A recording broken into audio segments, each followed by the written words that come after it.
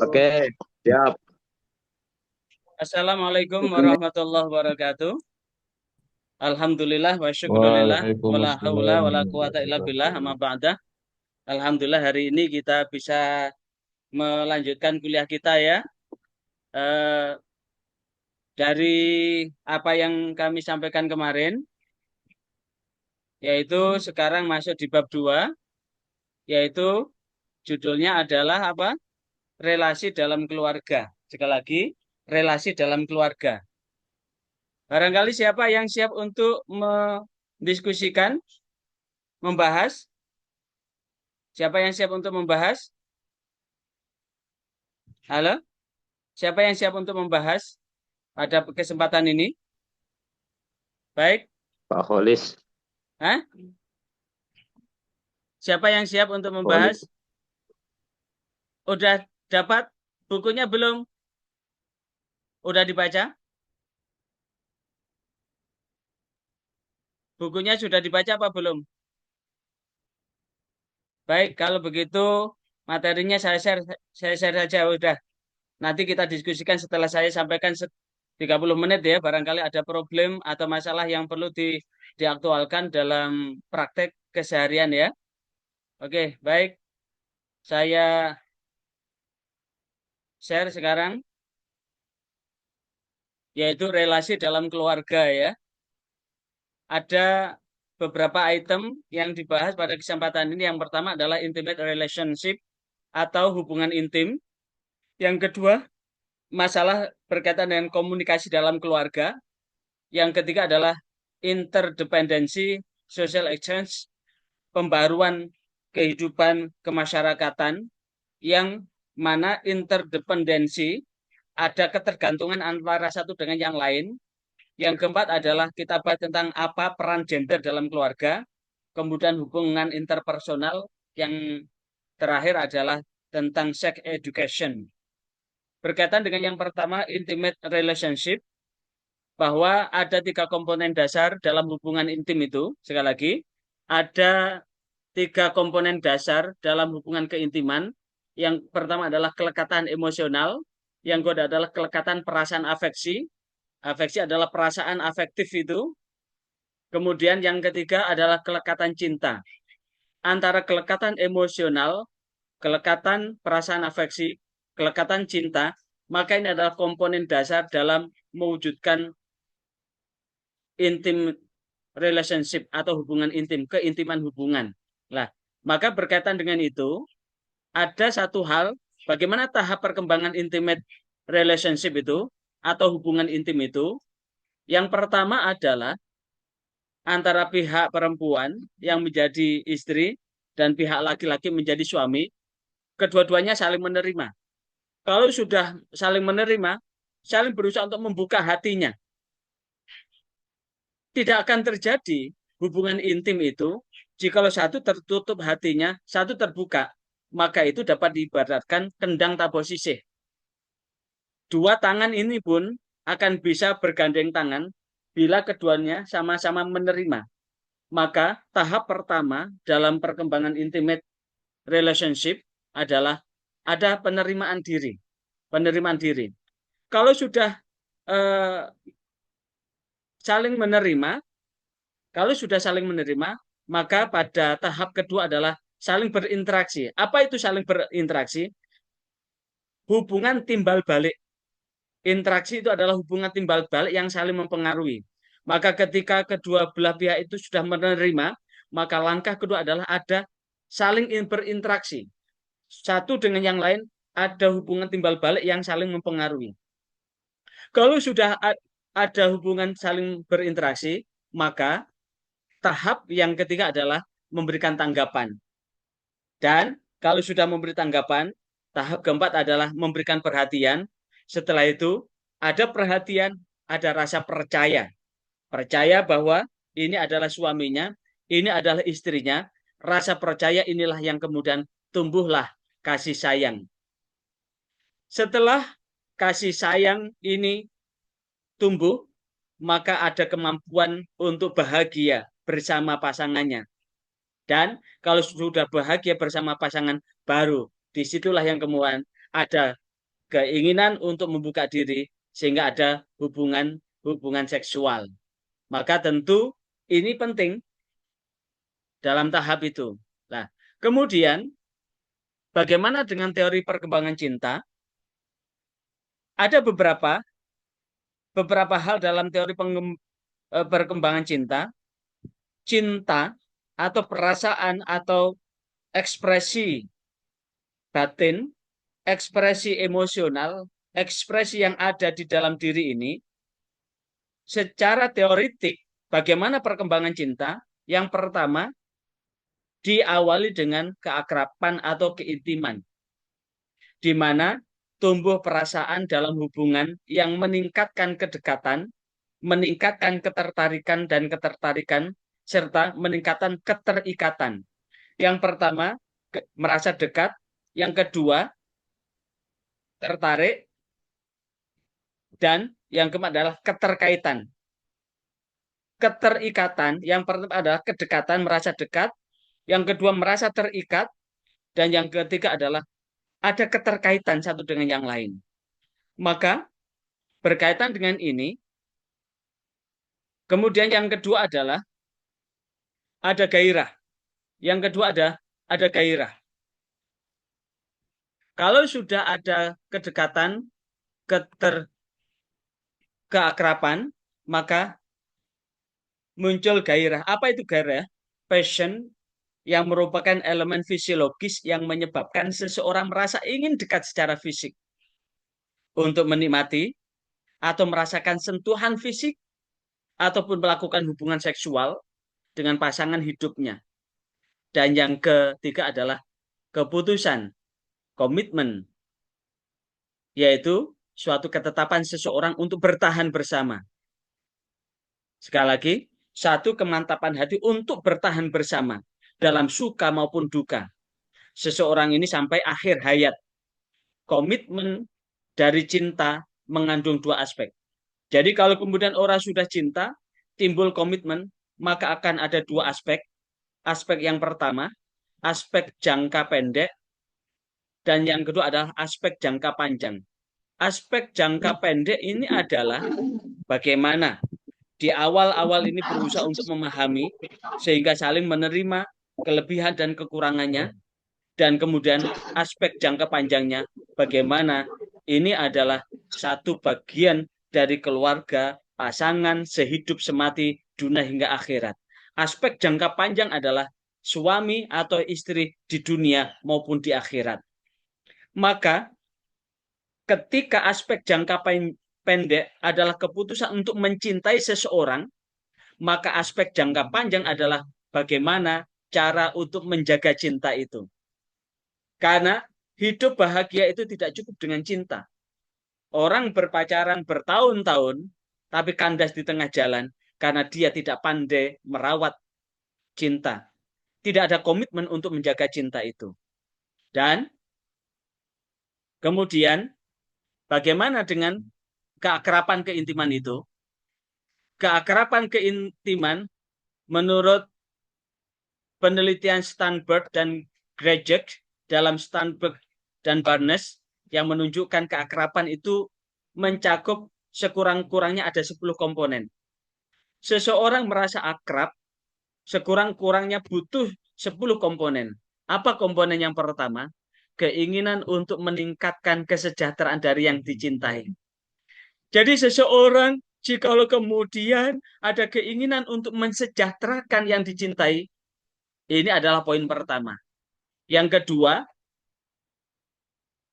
ketika ada keinginan untuk mensejahterakan yang dicintai, maka dia akan mengalami dua komponen kedua, mengalami bahagia bersama yang dicintai.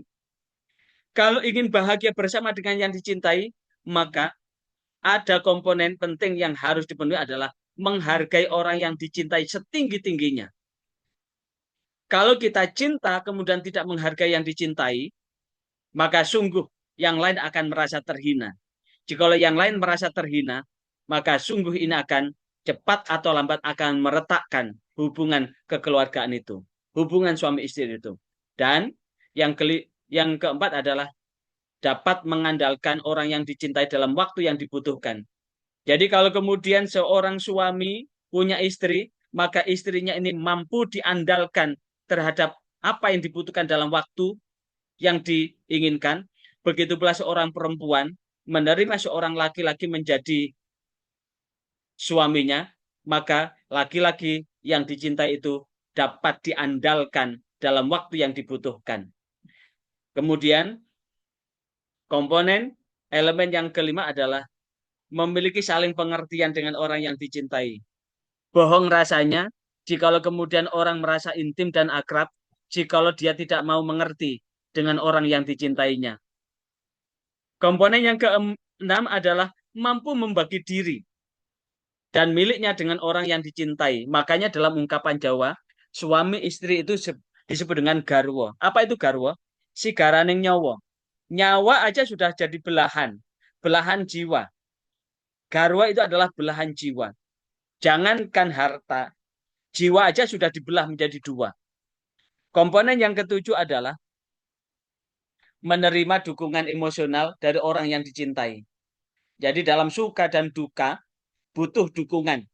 Karena bagaimanapun juga ketika dukungan tiada, maka sungguh ini akan bertepuk sebelah tangan. Dan yang kedelapan adalah memberikan dukungan emosional kepada orang yang dicintainya. Dukungan memberi, yang pertama adalah menerima, maka ada take and give. Take and give. Maka ketika menerima harus mampu memberi dukungan emosional. Maka ini akan disebut dengan yang kita sebutkan kemarin, kun kalyada ini.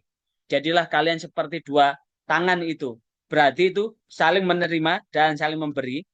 Dan kalau sudah begitu, berkomunikasi secara akrab dengan orang yang dicintai.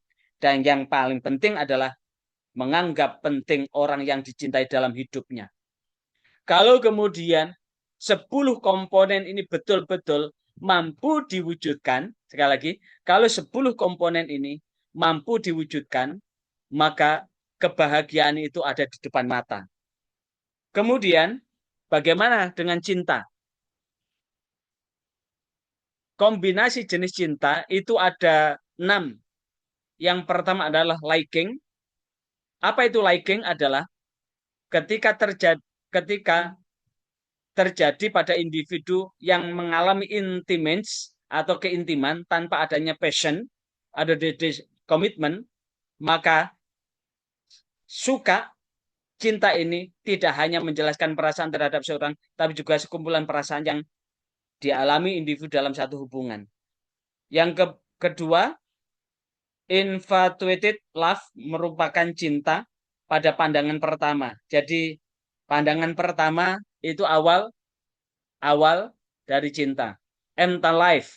Empty life itu adalah cinta hampa, merupakan satu jenis cinta yang berasal dari keputusan untuk mencintai seseorang dan mempunyai komitmen untuk terus mencintai pasangannya walaupun tidak memiliki keintiman. Jadi ini mencintai seseorang dengan sepenuh hati tapi tidak merasa dekat.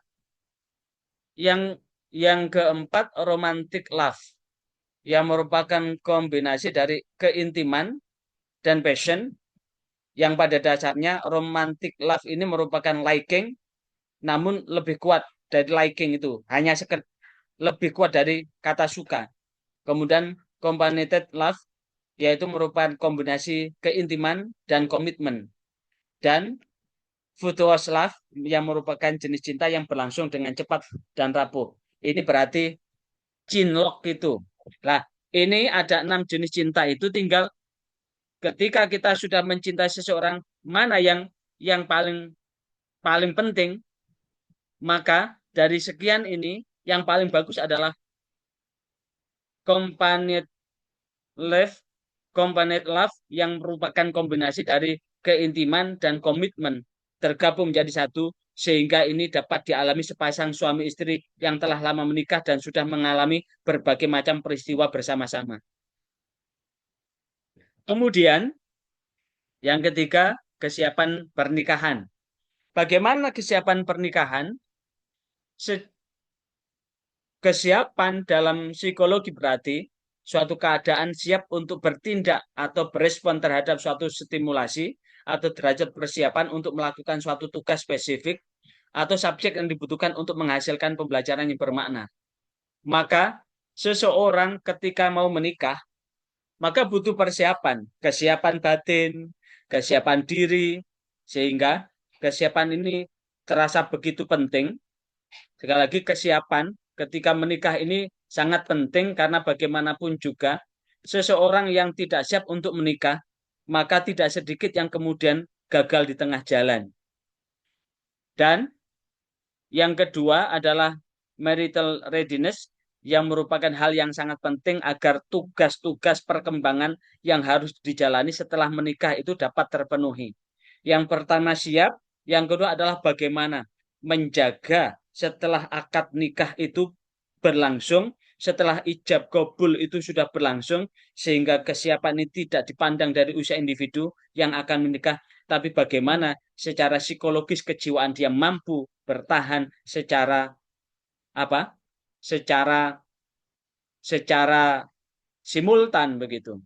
Sehingga marital readiness atau kesiapan menikah ini akan dipengaruhi dengan dengan sembilan sembilan hal.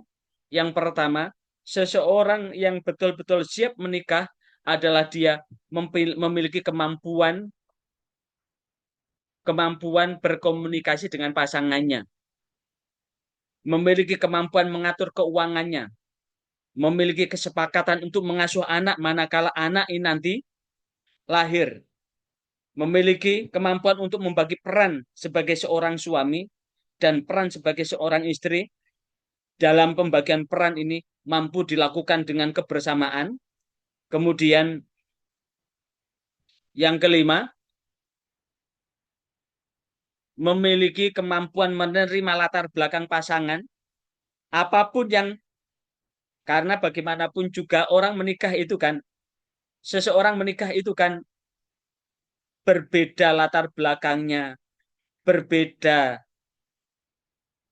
pendidikannya, berbeda asalnya, berbeda hasilnya, dari kecil hingga dia menikah itu berbeda.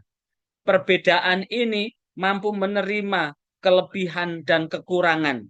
Kemampuan menerima latar belakang pasangan dengan segala macam kelebihan dan segala macam kekurangan itu penting. Yang keenam adalah kemampuan menjaga relasi dengan keluarga besar. Kalau sudah menerima dia sebagai istrinya, kalau seorang laki-laki menerima seorang perempuan menjadi istrinya, kalau seorang laki-laki kalau seorang perempuan menerima kalau seorang perempuan menerima seorang laki-laki menjadi suaminya, kalau seorang laki-laki menerima seorang perempuan menjadi istrinya, maka dia harus bisa menerima orang tuanya, kedua orang tuanya, bisa menerima saudara-saudaranya, bisa menerima keluarganya. Maka kemampuan menjaga relasi dengan keluarga besar masing-masing pasangan ini terasa begitu penting. Jikalau ini gagal, maka gagal juga keluarganya.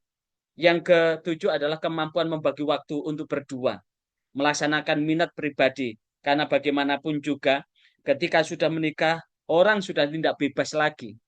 Ketika sudah memutuskan masa lajangnya, maka dia akan memiliki keterbatasan dengan pihak istri, sehingga kesiapan menikah akan betul-betul siap jika yang ketujuh adalah mampu membagi waktu untuk berdua dan melaksanakan minat pribadi. Dan yang kedelapan adalah mampu menghadapi perubahan pola hidup setelah menikah. Karena bagaimanapun juga dari suka begadang, namun pasangannya tidak suka begadang, mampu menyesuaikan. Dari semalam suntuk, tidak tidur, tapi begitu menikah sudah berubah. Maka seluruhnya inilah yang kemudian ada 8 hal. Ini penting dalam rangka apa? Menunjukkan kesiapan dari seseorang yang akan menikah. Barangkali dari sini ada yang ingin ditanyakan sebelum kita lanjut. Silakan.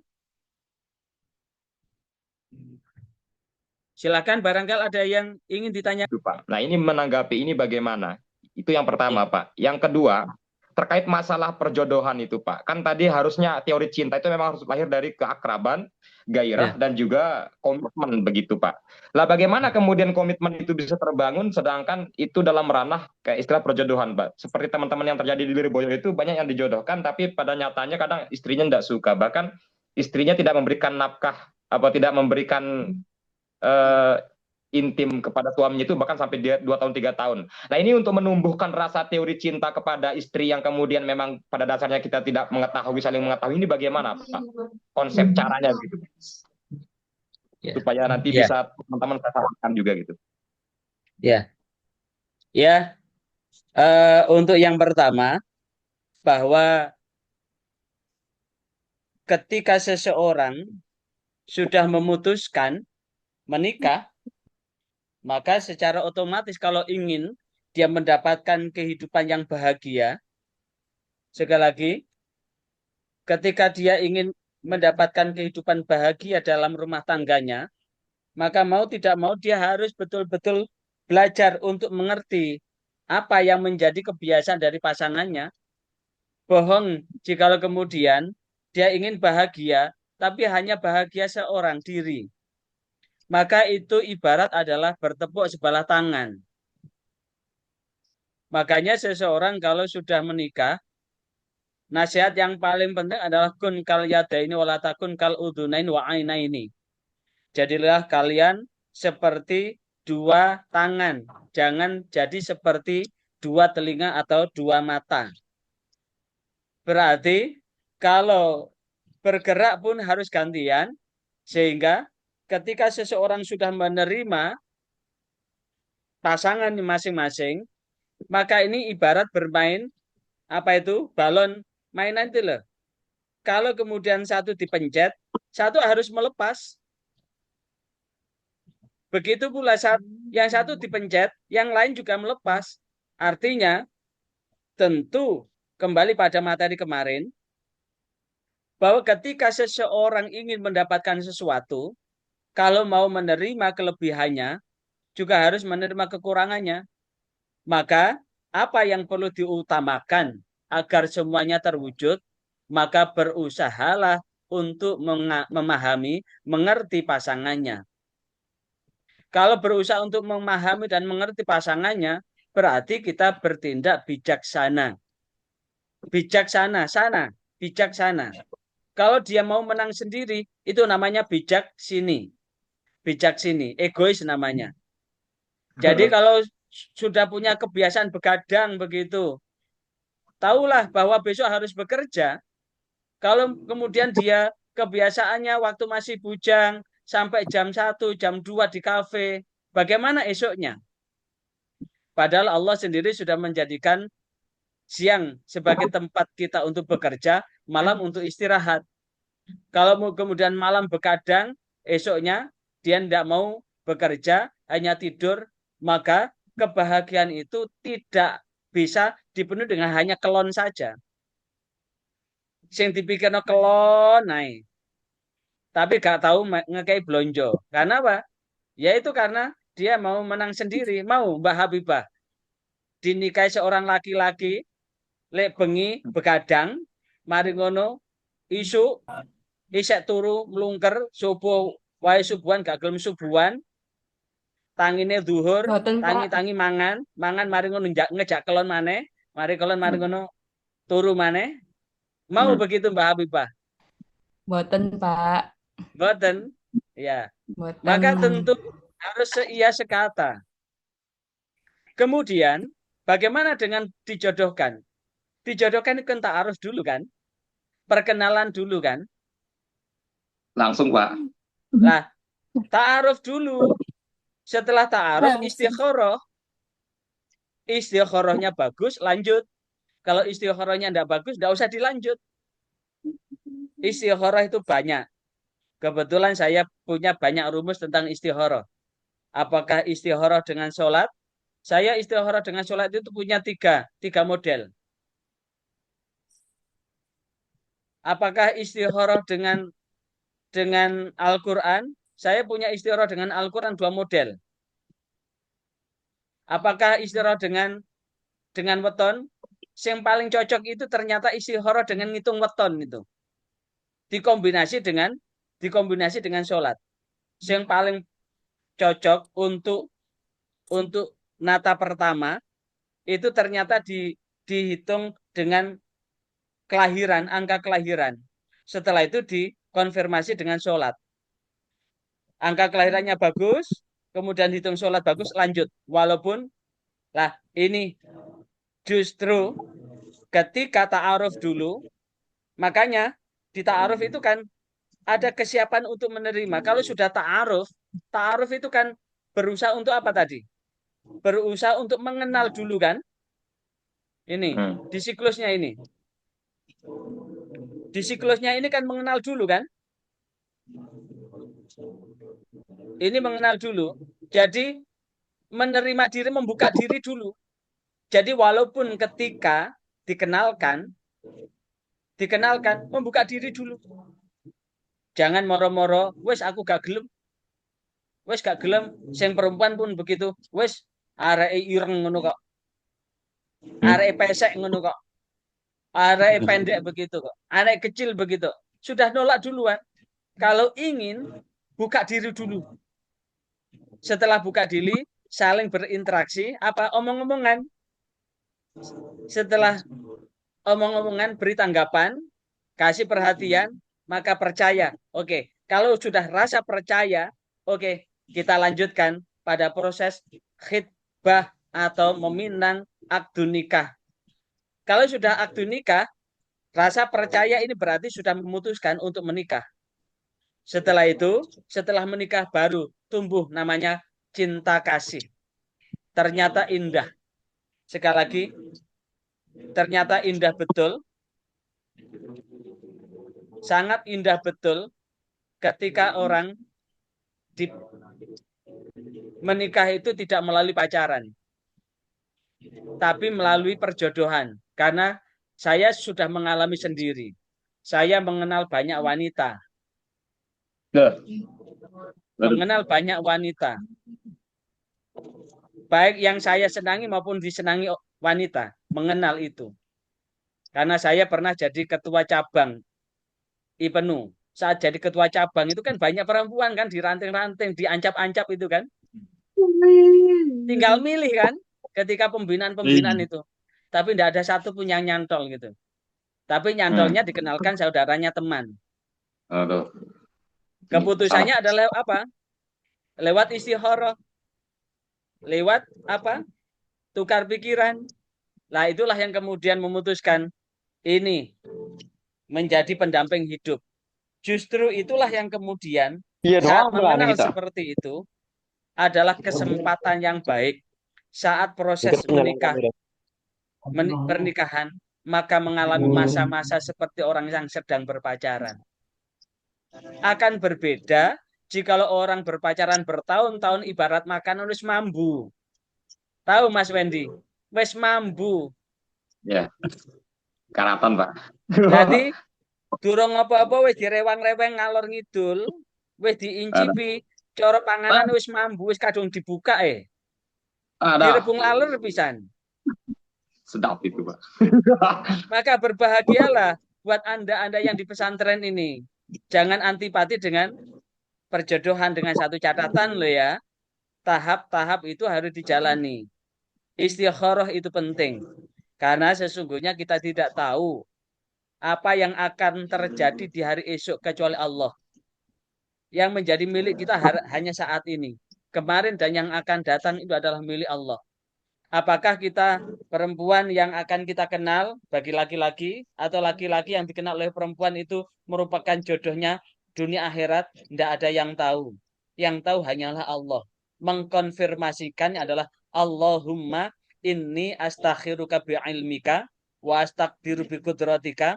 Allahumma ya Allah inni sesungguhnya aku astakhiruka bi'ilmika beristikharah dengan ilmumu wa astaqdiru dan aku gantungkan takdirku biqudratika dengan kehendakmu wa in kana khairan li jikalau dia baik buatku faqaribni maka dekatkanlah dia padaku wa ingkana syarrali, dan jikalau dia buruk buatku, faba'id minni, maka jauhkanlah dariku. Artinya apa? Penting ini. Maka Allah akan memberi kemantapan hati atau memberikan isyarah dalam bentuk mimpi. Ini jawaban saya. Barangkali ada yang ditanyakan lagi, saya persilakan. Ini Pak, Ya, teori silakan. tadi Pak, kayaknya mirip-mirip Pak. Maksud saya Ya. adalah antara keakraban atau keintiman dan juga gairah. Ini kalau bisa Ya. saya bisa nggak diartikan status gairah itu atau passion itu adalah suatu hal yang memang mencakup di nomor satu, keakraban keintiman itu Pak. Kenapa kalau bisa dibedakan gitu? Kayak mirip gitu Pak. Antara gairah passion sama keakraban dan keintiman itu Pak. Ini kenapa kalau dipisah Pak? Kalau sudut pandang saya kayaknya mirip Pak. Yang teori cinta tadi itu, keakraban atau keintiman, artinya kan begitu. Terus bahasa gairah. Ini kayak kalau kita arahkan ke gairah ini sudah mencakup nomor satu Pak. Tapi kenapa harus ditampilkan gitu? Ya, bukunya begitu. Itu kan Maksud saya, membedah dari buku yang ada referensi. Kalau saya sih ada perbedaan itu ya. Antara keakraban. Keakraban sama keintiman itu sama. Keakraban sama keintiman itu sama. maksud saya di gairahnya Pak. Ini kan Di gairah. Nah, seharusnya gairah itu juga harus mencakup keintiman sama keakraban dong Pak. Beda. Kalau Nah, itu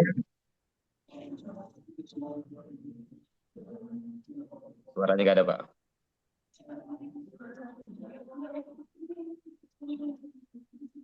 Tadi soalnya saya cek Pak di itu biasa di Google Pak. Mirip Pak. Ya, bukan mirip sih, sama bahkan.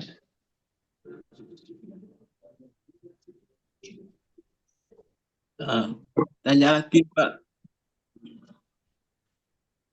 Udah Mas. Beliau lagi off niku dereng masuk. Ya, tadi. Gara-gara Azwar. Dengar.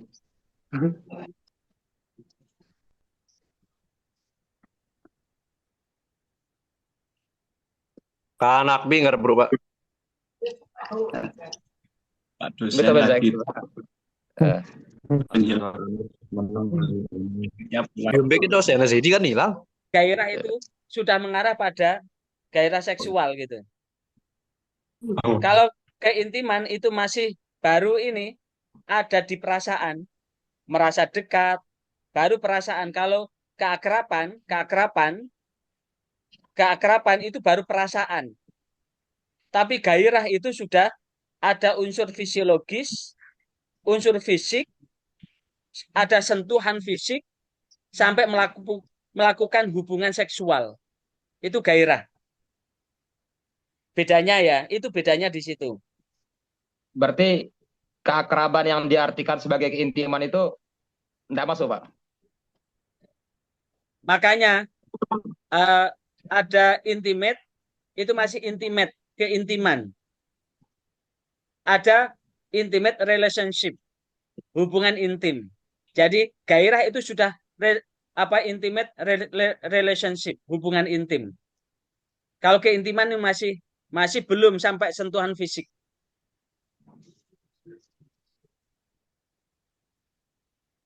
Maksud saya keakraban yang diartikan sebagai keintiman ini Pak. Berarti kalau keakraban itu sesuatu hal yang memang antara saya dan dia itu memiliki perasaan begitu Pak ya. Dia masih tertarik gitu lah. Oh, Mas masih Wendy tertarik. sudah punya anak berapa? Belum Pak. Belum belum. download. Misalkan Mas Wendy ini lihat Mbak Habibah, walaupun tidak ketemu secara fisik. Habis itu lihat wajahnya Mbak Habibah, kok merasa dekat ya? Kok merasa tertarik ya? Itu berarti tumbuh. Bisa itu Pak, dilanjut. Azwar Anas Pak. Amin. Itu. Tanya, Yang lain, Pak dosen. saya persilakan. Ya, Tanya, silakan. Pak dosen. Ya, monggo. ini kejadian ini memang benar-benar faktual, Pak dosen. Dan pada saat terjadi pernikahannya itu juga melalui ada bahasanya itu ada wasilahnya. Nah, dan saat perjodohan itu dari pihak si perempuannya dari pondok pesantren Mbak Yai Anwar dan yang laki-lakinya teman saya. Kita sudah ngobrol-ngobrol panjang. Ada yang ditawari oleh Mbak Yai Anwar. Siapa yang mau menikah? Terus dia langsung memajukan diri. Saya Yair. Terus teman saya juga serak. Nah, setelah terjadi pernikahan, ada salah satu keluarga pihak laki-laki menyampaikan sedikit sugesti. Oh, ini gak jodoh ini. Terus karena pihak perempuan dan pihak laki-laki yakin bahwa yang menjodohkan itu dari Bayaiwar. Tiba-tiba 6 bulan kemudian dia pun juga cerai, Pak. Dari faktor keintiman itu semuanya sudah dari pihak laki-laki, suami istri itu sudah menyatakan ada kepuasan lah, bahasanya seperti itu. Nah, tapi dengan unsur sugesti seseorang itu kok bisa jadi cerai ya, Pak ya?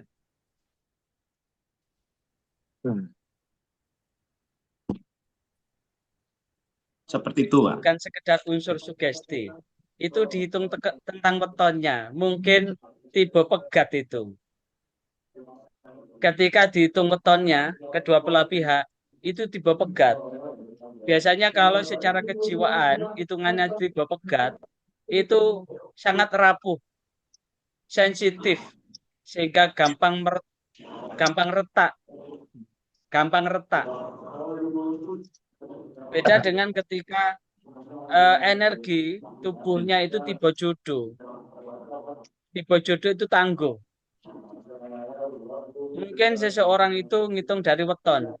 Jadi kalau wetonnya sudah tidak cocok, ditambah lagi secara intelektual, secara kedekatan juga sangat rapuh, secara keagamaan juga tidak berimbang antara satu dengan yang lain, maka tidak tertutup demikian.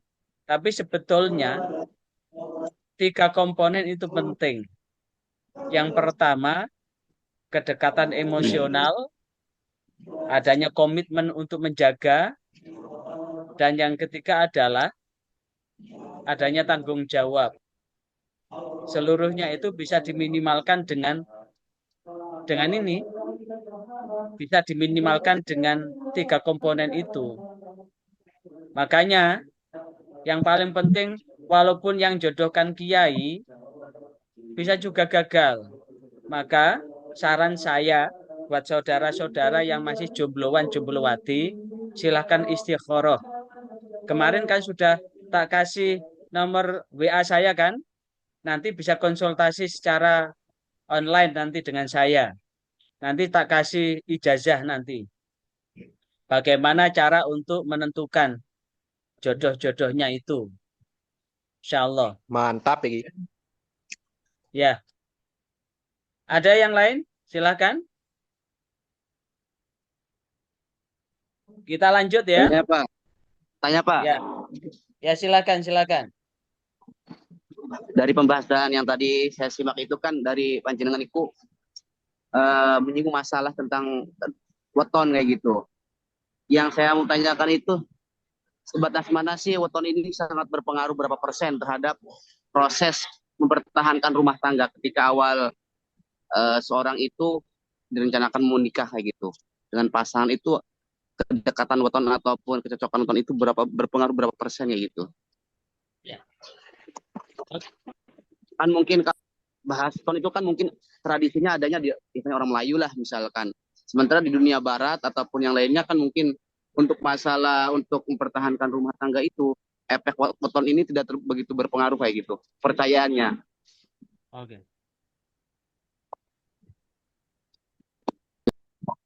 Yang menentukan takdir itu tetap Allah. Takdir itu tetap dari Allah. Tapi ingat, man propose, God dispose. Manusia hanya mengajukan proposal, Allah yang akan mendisposisi.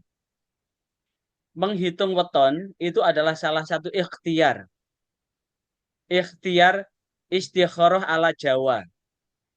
Karena sesungguhnya setiap manusia dilahirkan dengan memiliki berbagai macam karakter dan sifat. Karakter dan sifat itu sama dengan karakter weton. Orang yang wetonnya legi berbeda dengan wetonnya paing. Weton paing itu orangnya biasanya sensitif, gampang kurian, ngambekan. Lah, ketika disatukan antara weton itu, maka itu sama dengan menyatukan unsur-unsur kimiawi. Unsur kimiawi. Ketika dipaksa, maka unsur-unsur kimiawi itu bisa ketika terjadi senyawa kimia, katakanlah hidrogen, ketika dicampur dengan oksigen, hidrogennya 2, oksigennya 1, jadilah air. Tapi hidrogen dicampur dengan sulfat, menjadi asam sulfat, akan menjadi racun. Begitu pula ketika weton-weton disatukan, bisa juga menjadikan kehidupan langgeng atau rapuh. Sebetulnya saya yang berbackground dari pesantren, saya tidak percaya dengan itu. Karena itu saya memutuskan ketika saya menikah dengan istikharah. Tapi belakangan saya 15 tahun di KUA, menemukan berbagai macam problem dan masalah. Saya iseng aja. Tak tanya sama lahir tanggal berapa. Sama lahir tanggal berapa. Rata-rata mereka pasangan yang bermasalah, sekali lagi, pasangan yang bermasalah itu rata-rata mereka yang hitungannya tipe pegat atau tipe sujana. Kalau tipe sujana itu pasangan ini punya potensi ada perselingkuhan, menduakan hati. Rata-rata mereka yang datang ke KUA minta penasehatan itu rata-rata mereka yang tipe pegat atau tipe sujana. Kemudian saya mencoba eksplorasi. Lah, dari kemarin itu saya ngitung orang. Coba tak hitung saya sendiri. Tak hitung weton saya dengan weton istri saya. Ternyata saya dengan istri tak hitung wetonnya tipe jodoh. Kemudian nyoba kakak ipar. Tak hitung. Itu tipe apa? Tipe ratu. Apa tipe ratu itu? Seluruh keinginan, kebutuhan, energi rizkinya itu besar banget. Lah, kemudian saya eksplorasi lagi. Rumah tangga yang langgeng-langgeng itu ternyata ketika dihitung wetonnya tipe bagus. Makanya tadi tak sarankan weton itu sebagai pengetahuan awal untuk pengenalan, ta'aruf. Sekali lagi, ngitung weton itu sebagai langkah awal ta'aruf. Selanjutnya, lanjutkan dengan istikharah. Misalkan, hitungannya ternyata tipe pegat. Tipe sujana itu perselingkuhan. Maka lanjutkan dengan istikharah. Karena keputusan terakhir itu adalah istikharah. Minta petunjuk kepada Allah Subhanahu wa taala. Itu. Nah, inilah yang kemudian akan kita lanjutkan dengan memilih pasangan. Saya lanjutkan ya materinya, memilih pasangan. Bagaimana kita memilih pasangan? Menentukan jodoh.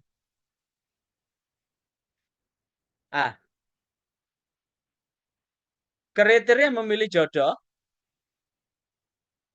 pemilihan pasangan, yaitu suatu proses yang dilakukan oleh setiap individu untuk memilih pasangan hidupnya melalui suatu proses penyaringan orang yang tidak memenuhi syarat atau tidak sesuai sampai akhirnya terpilih jodoh pasangan hidup yang tepat dan sesuai dengan pilihannya yang ada pada individu tersebut. Jadi dalam memilih pasangan, ini adalah proses penyaringan. Setelah disaring, ketemu orang yang memenuhi atau tidak memenuhi. Sampai betul-betul ketemu orang yang memang betul-betul pilihannya. Makanya Islam memberikan batasan tungkahul mar'ah li arba. Seorang perempuan dinikah itu sebab empat hal. Li arba, li jamaliha, li maliha, li hasabiha, walidiniha. Seorang perempuan dinikah itu dalam 4 pertimbangan, karena kecantikannya, karena hartanya, karena keturunannya, karena agamanya. Tapi Rasulullah memerintahkan fatfarat bidzatiddin, maka menangkan dengan pilihan agamanya. Taribat yadak, karena dengan memilih agamanya akan menjadikan tangan kita tidak berdebu. Tangan kita tidak berdebu itu berarti tidak akan menimbulkan masalah di kemudian hari ketika sudah memutuskan bahwa orang itu adalah sebagai pasangan hidupnya.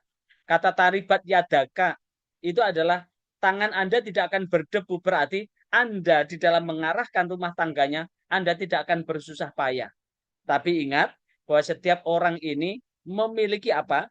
Memiliki potensi akhlak, potensi sikap, potensi model hidup yang ini kadang-kadang lek watak wahing itu kadang-kadang masya wong pinter agomo lek watake kaku yo kaku, ora kena diluk walaupun lulusan dari pesantren molak-malik, kalau sudah watake kaku yo kaku, mau menang sendiri dan sebagainya, ketemu perempuan yang kaku yo nggak jadi. Itu maksudnya. Masih ingat Nabi Nuh? Kurang apa Nabi Nuh? Nabi Nuh itu seorang nabi. Nabi Nuh itu seorang nabi. Masih ingat kisah Nabi Lut? Nabi Lut itu seorang nabi. Kurang apa? Orang yang dekat dengan Allah. Tapi ternyata gagal dalam urusan rumah tangga. Artinya apa? Dalam mengukur kelanggengan itu, tentu yang perlu dipertimbangkan adalah watak dan karakter. Cocok enggak? Lah untuk menentukan watak dan karakter, itu ngitungnya ya dengan itu. Pertama bisa dengan agama, yang kedua adalah untuk menghitung perwataan. Dan untuk melihat perwataan itu ya dari weton itu. Tapi keseluruhan itu bisa ternetralisir dengan apa? Ketentuan-ketentuan apa yang ditentukan oleh Allah, ibadahnya dimaksimalkan, karena sesungguhnya bagian dari hidup ini ada energi negatif. Ketika ibadah kita maksimalkan, energi negatif itu akan bisa kita minimalkan. Karena energi negatif itulah yang menyebabkan keretakan dalam sebuah rumah tangga, begitu. Itu. Kemudian kita lanjut ya. Ini ada teori pemilihan pasangan hidup menurut Genova. Teori pemilihan pasangan menurut De Genova ada 5. Yang pertama adalah the stimulus value role theory atau teori stimulus nilai. Adalah pemilihan pasangan yang merupakan proses di mana seseorang tertarik pada calon pasangannya berdasarkan stimulus tertentu. Apa stimulus tertentu? Misalkan seseorang tertarik karena ketampanannya, seseorang tertarik karena kecantikannya, seseorang tertarik karena anaknya siapa dia, keturunannya siapa dia, seseorang tertarik karena hartanya, seseorang tertarik karena alimnya, seseorang tertarik karena ilmunya, seseorang tertarik karena fisiknya, dan sebagainya. Inilah yang disebut dengan teori pertama, teori stimulus value role teori, atau teori model nilai yang didasarkan pada stimulasi tertentu. Teori yang kedua, teori psikodinamika. Psikodinamika ini adalah bahwa pengalaman di mana di masa kecil dan latar belakang keluarga ini akan berpengaruh pada pemilihan keluar pemilihan pasangan. Misalkan kalau dia dibimbing sejak kecil, ada di lingkungan sekolahan, maka kadang-kadang anaknya jodohnya ya profesinya sama. Berarti ada teori bahwa ketika seseorang mengenal lawan jenisnya, ketika ada memori di masa kecil, ketika ada kesamaan latar belakang, maka akan ada ketertarikan. Teori ketiga, teori kebutuhan. Menurut teori kebutuhan yang dilakukan oleh Maslow, bahwa dari tingkatan yang paling rendah hingga paling tinggi, ada kebutuhan yang bersifat fisiologis yang ada hubungannya dengan tubuh ini. Kebutuhan keamanan meningkat lagi, atasnya lagi kebutuhan cinta dan keberadaan, kebutuhan penghargaan, kebutuhan aktualisasi diri, aktualisasi diri. Lah, maka tentu perjodohan itu akan didasarkan sesuai dengan tingkatan-tingkatan itu. Ada orang menikah karena untuk aktualisasi diri, seluruhnya didapat. Tinggal untuk meneguhkan aktualisasi diri, eksistensi diri. Teori keempat adalah exchange teori, atau teori ini adalah hal penting dalam menjalin hubungan dengan orang lain. Menurut Dian Wisnuwardana, pasangan ini akan saling menghargai dan tertarik satu sama lain karena ada persetujuan mengenai apa yang dapat diberi dan apa yang dapat didapatkan dari pasangan. Sehingga ini lebih sering dikenal dengan nikah dengan kontrak tertentu. Nikah dengan perjanjian tertentu.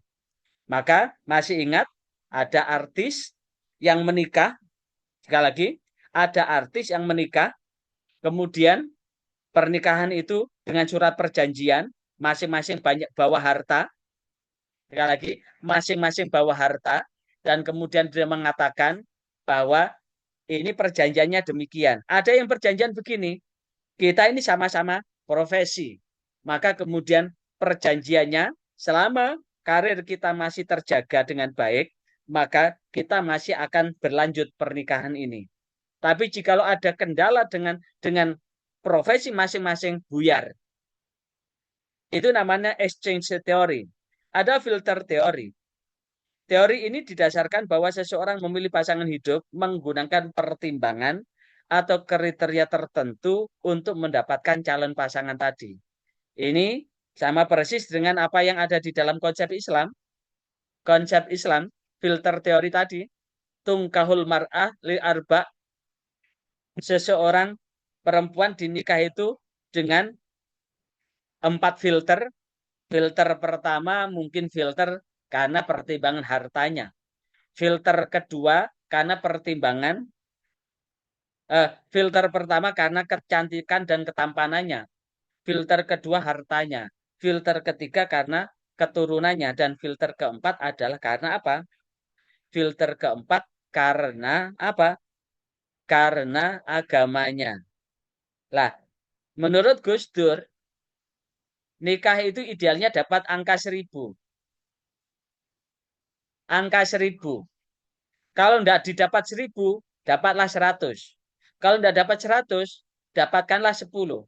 Kalau 10 tidak dapat, dapatlah angka 1.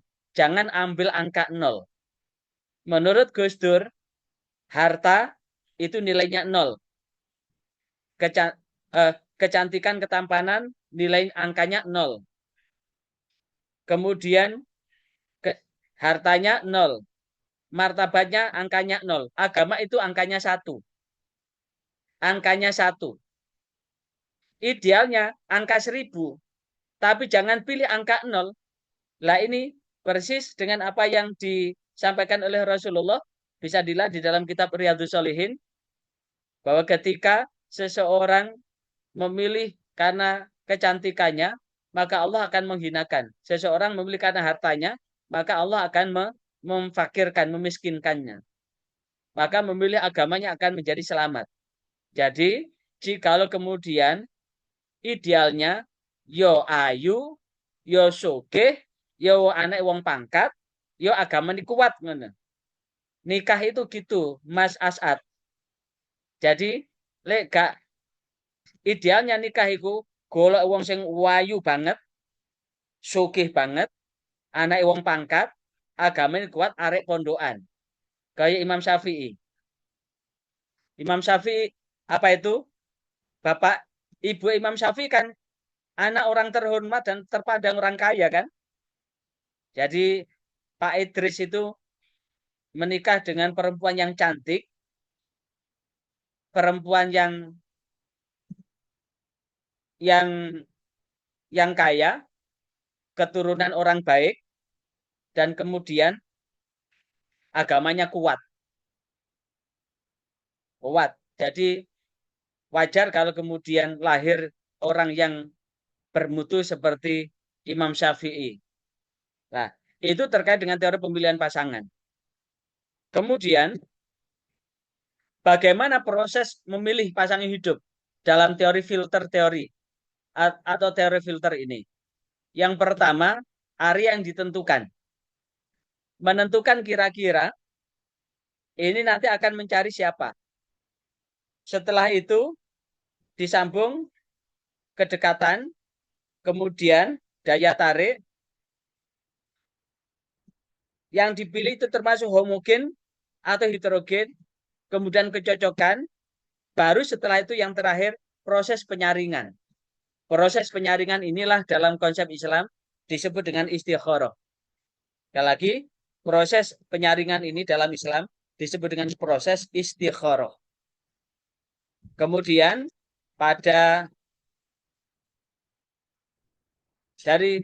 kemudian seseorang ketika sudah menikah ada 5 faktor yang sangat menentukan. Yang pertama kematangan usia, yang kedua pendidikan dan penghasilan, yang ketiga agama, yang keempat dukungan emosional, yang kelima ada perbedaan harapan. Jadi ketika seseorang misalkan usianya sama, ini biasanya pikiran isi kepala itu sama, sehingga sering terjadi perdebatan. Akan berbeda kalau usianya berbeda selisih 5 tahun. Taruhlah yang laki-laki usianya 30, yang perempuan 25, ini akan lebih banyak ngomong. Atau sekalian yang perempuan lebih tua daripada yang laki-laki seperti Rasulullah. Maka sungguh kehidupan Rasulullah dengan Khadijah Al-Kubra yang selisih 15 tahun, itu betul-betul Khadijah mampu menjadi istri sekaligus menjadi ibu. Rasulullah ditinggal ibunya di usia yang sangat belia, usia 6 tahun. Usia berapa tahun? Usia 6 tahun. Rasulullah ditinggal ibunya usia 6 tahun. 6 tahun apa? Ya, usia 6 tahun. Di usia 6 tahun itu kemudian menemukan sosok Khadijah, istri sekaligus mampu menjadi pelindung Rasulullah. Bahkan tercatat dalam sejarah, Rasulullah menikah lagi kan setelah Khadijah meninggal. Andikan Khadijah tidak meninggal, mungkin takdir Allah tidak akan lebih dari satu, karena pernikahan kedua dan seterusnya itu adalah untuk menolong. Kemudian faktor yang mempengaruhi kualitas menurut Wahyu Ningsih, kualitas perkawinan dipengaruhi pada religiusitas. Ternyata religiusitas dengan menerapkan agama dan nilai-nilai agama ini akan mempengaruhi kualitas pernikahan.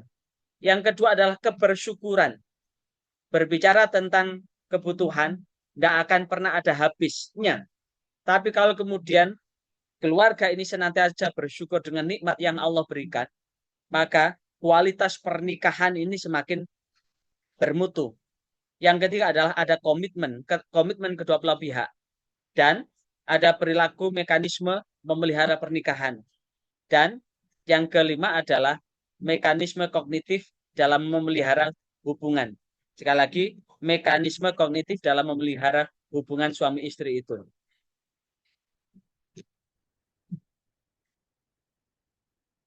Nah, karena itu, agar pernikahan ini betul-betul kokoh langgeng, ada dua persiapan yang perlu disiapkan.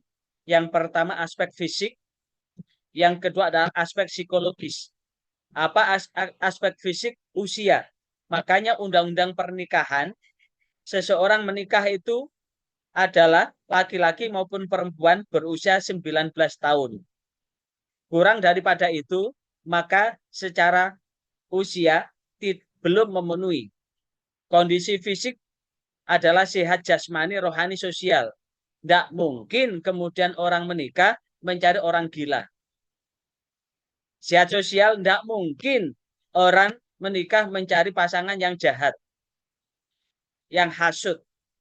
Berarti kondisi fisik, sehat jasmani, rohani, dan sosial. Aspek psikologis adalah kepribadian, pendidikan, agama, latar belakang, keluarga, dan pergaulan sosial. Maka ini akan menentukan kekokohan dan kekekahan dari pernikahan atau perkawinan atau keluarga yang akan dibangun. Dan aspek yang lain. Aspek yang lain adalah dalam mempersiapkan menuju perkawinan hendaknya diingat bahwa apakah sudah menyelesaikan pendidikan atau belum. Seperti saudara sekarang kan sedang menempuh S2. Ini juga akan menentukan. Tapi paling tidak S1 kemarin. S2 mau menikah nggak apa-apa.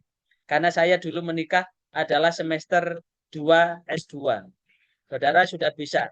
Faktor sandang, pangan, papan, ini juga tidak bisa dilupakan. Karena bagaimanapun juga, orang itu butuh modal untuk bertahan dalam ikatan kasih sayang. Karena sebuah pernikahan itu tidak cukup dengan cinta doang. Itu dari yang pertama tadi. Sekarang komunikasi dalam keluarga. Bagaimana komunikasi dalam keluarga? Komunikasi ini penting. Sekali lagi, komunikasi itu penting. Dan ini sudah saya sampaikan dalam bimbingan perkawinan. Komunikasi itu penting. Ketika berhasil membangun komunikasi dalam keluarga, sekali lagi, ketika seseorang berhasil membangun komunikasi dan keluarga, maka itu adalah poin penting dalam menjalin kesuksesan dalam pernikahan. Nah, bagaimana komunikasi keluarga itu bisa dilakukan? Maka komunikasi adalah hubungan kontak antar manusia dan antara manusia baik individu maupun kelompok. Sehingga komunikasi ini memiliki peran penting dalam dunia ini. Di mana komunikasi sanggup menyentuh aspek seluruh kehidupan. Menyentuh seluruh aspek kehidupan manusia. Karena manusia ini sebagai makhluk sosial hanya dapat hidup berkembang dan berperan sebagai manusia dengan berhubungan dan bekerja sama dengan manusia adalah dengan cara komunikasi. Komunikasi verbal maupun non-verbal. Karena komunikasi ini adalah sebagai usaha menyampaikan pesan antar sesama manusia. Karena itu, ada 3 macam komunikasi. Yang pertama, komunikasi verbal. Yang kedua, komunikasi non-verbal. Dan yang ketiga adalah komunikasi efektif. Dari 3 komunikasi ini, pilihan yang paling utama adalah bagaimana kita bisa membangun komunikasi efektif. Karena apa? Komunikasi efektif, pesan dapat diterima dan dapat ditindaklanjuti dengan perbuatan yang sukarela. Pesan efektif dapat meningkatkan kualitas hubungan keluarga. Karena itu, pesan efektif butuh aspek-aspek jelas, tepat, kontekstual, alur budayanya sesuai. Sehingga ada tahapan yang perlu dibangun. Fact-finding adalah fakta yang didapat, planning direncanakan, communicating adalah hubungan timbal balik, dan ada evaluasi. Sehingga cirinya yang efektif itu adalah langsung, asertif, jelas, secara lisan, 2 arah, timbal balik, responsif, nyambung, ada kejujuran. Ini komunikasi efektif. Namun juga begitu, komunikasi nonverbal juga bisa dilakukan. Ini hanya usus berdua, komunikasi nonverbal melalui sentuhan-sentuhan. Jangan dikira sentuhan-sentuhan itu tidak berarti. Suami istri dengan sentuhan-sentuhan, komunikasi objek, gerakan tubuh, proxemics, lingkungan vokalik, ini juga menentukan. Dan komunikasi verbal dengan kosakata yang banyak, dengan kecepatan, maka ini penting dalam menjalin hubungan keluarga. Kemudian hambatan. Komunikasi efektif kadang-kadang banyak, ini bisa dibuka sendiri. Kemudian yang terakhir, interdependency social exchange. Apa itu? Teori ini adalah saling ketergantungan. Saling ketergantungan. Selanjutnya bisa dibaca sendiri. Bagaimana dampak saling ketergantungan yang secara positif bisa dibaca sendiri. Asal-usul bisa dibaca sendiri. Komponennya bisa dibaca sendiri. Nah, komponen teori ketergantungan ini penting. Yang pertama ada kepuasan. Ketergantungan ini yang pertama adalah bagaimana saling ketergantungan suami istri ini ada nilai kepuasan dua belah pihak. Ada komitmen, ada level dependent. Apa? Dalam hal ini ada dua jenis, yaitu dua jenis penghalang penting, yaitu kurangnya alternatif yang lebih baik dan investasi yang sudah ditanamkan dalam sebuah hubungan. Dan teori pertukaran sosial, social exchange theory, ini bisa dibaca sendiri. Asumsi teori bisa dibaca sendiri. Kemudian asumsi juga bisa dibaca sendiri. Evaluasi sebuah hubungan bisa dibaca sendiri di buku. Kemudian teori pertukaran sosial bisa dibaca sendiri. Kemudian struktur pertukaran bisa dibaca sendiri. Dari sini kita lanjut di peran gender. Kita masih ada waktu 10 menit. Peran gender. Ini. Perbedaan peran antara laki-laki dan perempuan itu ada 4. Di dalam masyarakat diakui atau tidak, ada 4 perbedaan.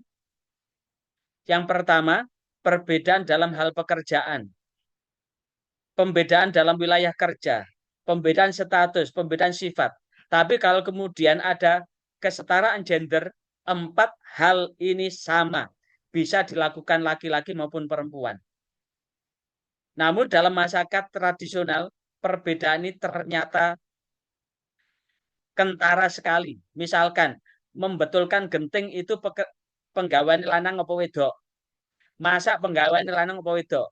Nah, ini dalam masyarakat tradisional. Maka ketika ada kesetaraan gender, kalau laki-laki bisa membetulkan genting, perempuan pun harus bisa membetulkan genting. Kalau perempuan bisa masak, laki-laki pun harus bisa masak. Itu namanya kesetaraan gender. Ada pembedaan wilayah kerja, ada pembedaan status, ada pembedaan sifat. Nah, maka ini dalam kesetaraan gender ini dihapus semua. Karena bagaimanapun juga, bagi Allah tidak membedakan laki-laki maupun perempuan. Sehingga kesetaraan gender itu bisa terwujud, bisa ada akses, ada partisipasi, ada kontrol, ada manfaat. Dan yang terakhir, hubungan interpersonal. Belum terakhir. Yang kelima, hubungan interpersonal. Hubungan interpersonal adalah hubungan ketika kita berkomunikasi, bukan sekedar menyampaikan pesan, tapi juga menentukan kadar. Dan ada 3 faktor yang mempengaruhi hubungan interpersonal. Faktor internal, dalam diri, faktor eksternal, luar, faktor interaksi, hubungan timbal balik. Dan yang terakhir adalah sex education. Menurut Nasi Ulwan, sex education adalah upaya pengajaran tentang masalah-masalah seks yang diberikan kepada anak agar ia mengerti masalah yang berkenaan dengan seks, naluri, dan perkawinan. Maka paling tidak ada ini dalam ajaran Rasulullah, cara Rasulullah mengajarkan sex education. 1, memisahkan tempat tidur dalam usia yang sudah ditentukan, mengenalkan batas aurat, serta menerapkan dalam kehidupan sehari-hari. Aurat ini ternyata menutup aurat ini juga bagian dari sex education. Mendidik menjaga kebersihan, istinja ini juga bagian sex education.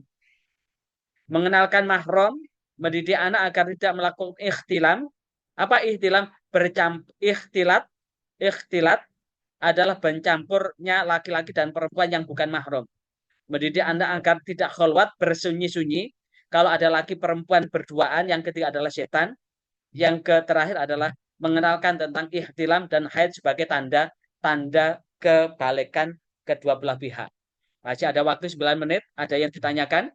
Saya persilahkan. Silakan. Ada yang ditanyakan?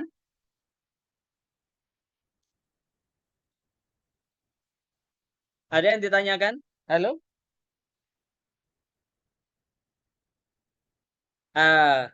Sekarang tolong dibuka lagi kameranya. Kameranya dibuka. Saya ingin memastikan yang ikut kuliah masih manusia atau ada kemasukan mahasiswa jin. Tolong dibuka semua. Saya ingin memastikan ada golongan jin atau manusia yang kuliah ini. Kalau wajahnya masih nampak berarti manusia semuanya. Tidak ada makhluk gaib, makhluk halus. Mas Ali Ridho ini jin apa manusia ya? Kalau Mbak Anis, Mbak Nikmah ini golongan jin apa golongan manusia ya? Oh berarti kelas ini ada 3 jin. Oh manusia. Jin, Pak. Manusia. Tinggal ada 2 jin ini. Jin Ali sama jin Anis. Oke, baik. Hari ini alhamdulillah kuliah kita diikuti 2 jenis jin. Karena tidak nampak. Oke.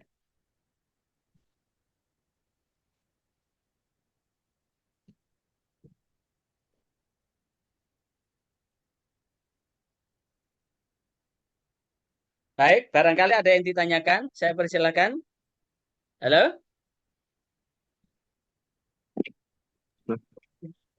Tadi ada lupa. Silakan, barangkali ada yang ditanyakan sebelum kita tutup. Yang mau tanya?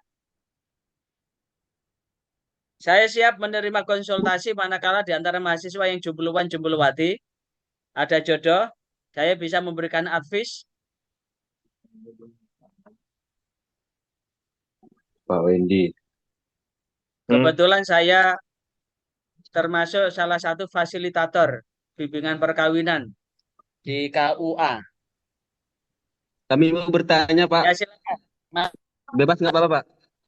Ya silakan. Ada yang ditanyakan? Ini Silakan. kan masalah tentang konsep keluarga yang kedua kemarin, Pak. Saya lupa bertanya. Kan di sana ada keluarga itu yang kakek itu masuk dalam bagian dari keluarga tersebut. Yang bagian kedua kemarin itu, yang konjung apa itu, konjung itu. Itu yang ingin kami tanyakan itu sebatas manakah peran mertua itu bisa masuk ke dalam hubungan suami istri anaknya. Seperti itu, Pak. Oke. Sebatas mana mertua bisa masuk? Ya.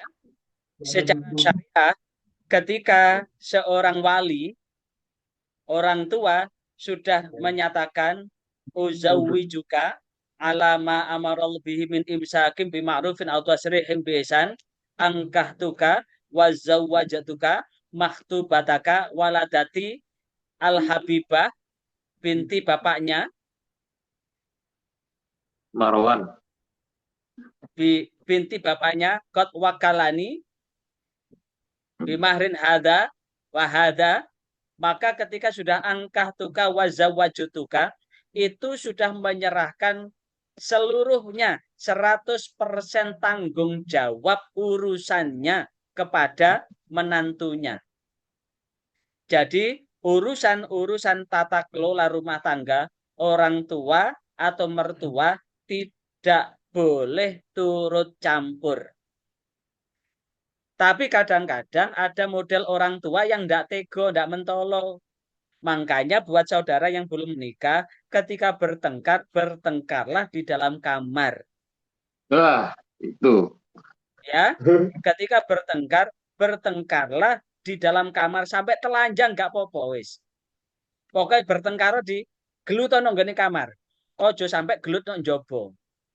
Dengan apa? Jos. Supaya kalau masih hidup bersama dengan mertua atau hidup bersama orang tua, supaya mertua atau orang tua tidak turut campur dalam urusan rumah tangga Anda, rumah tangga kita gitu. Karena ketika sudah menyerahkan, maka orang tua tidak boleh turut campur. Kalau bantu kebutuhan, monggo. Kalau bantu kebutuhan kekurangan, monggo. Tapi ketika sudah dalam posisi begitu, udah tidak bisa kemudian mengintervensi begitu. Tapi juga begitu, walaupun ketika orang tua mengintervensi, ojo muring-muring, ojo dilebokno ati. Makanya untuk menghindarkan itu, jangan sampai kemudian, sekali lagi, jangan sampai kemudian menyeret urusan internal dalam keluarga itu yang lebih luas, sehingga rumputnya hanya satu, lek gelut gelutono nggone jero kamar. Walaupun gelut sampai telanjang gak apa-apa, wis gak apa-apa, halal.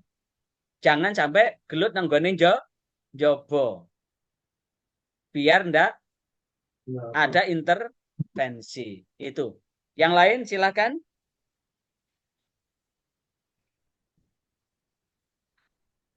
Baik, cukup ya? Cukup ya?